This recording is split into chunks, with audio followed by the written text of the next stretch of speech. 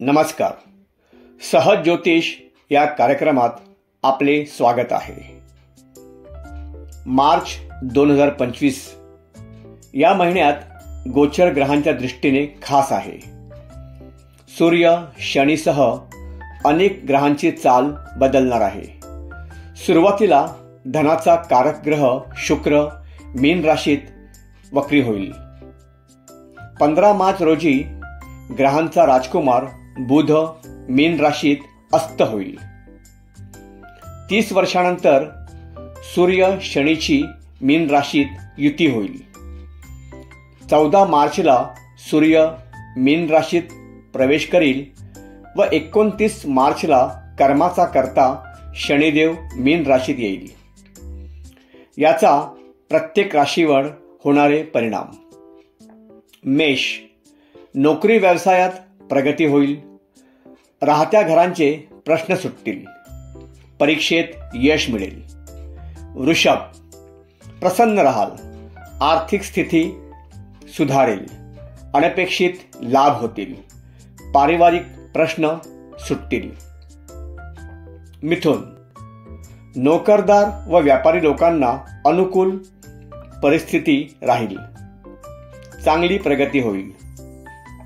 काही गोष्टीत मतभेद होतील, तेथे दुर्लक्ष करावे. कर्क, भाग्यस्थानात रवी शनीची युती होईल. पनवतीतून मुक्त व्हाल. भाग्य साथ देईल. चांगल्या संधी उपलब्ध होतील. प्रवास कराल. सिंह, 14 मार्च पूर्वी महत्वाची कामे करून घ्या. 29 मार्च पासून पनवती सुरू होईल. ती 2.5 वर्ष असेल. विरोधक माघार घेतील. कन्या, योग्य निर्णय घेतल्यास यश मिळेल. समाधान लाभेल. प्रॉपर्टीचे प्रश्न मार्गी लागतील. तूळ, येणी वसूल होतील. चुकांची दुरुस्ती कराल. सामाजिक कार्यात भाग घ्याल.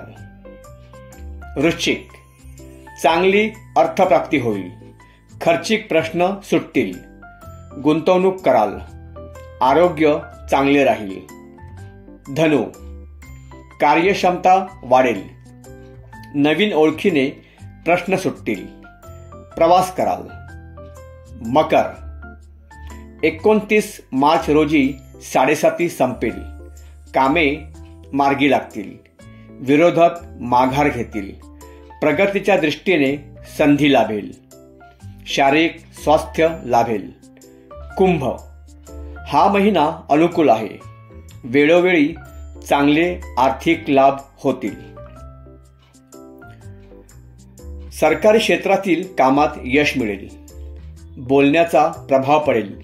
भविष्यात फायदा होईल. मीन, 29 मार्च पासून 7:30चा दुसरा कालखंड प्रारंभ होईल. संयम, सावधानता व सहनशीलता ठेवा. गुंतवणूक विचारपूर्वक करावी. आरोग्याची काळजी घ्या. चॅनल लाईक, शेअर व सबस्क्राईब करा ही विनंती. पुन्हा भेटू पुढील भागात. तोपर्यंत नमस्कार.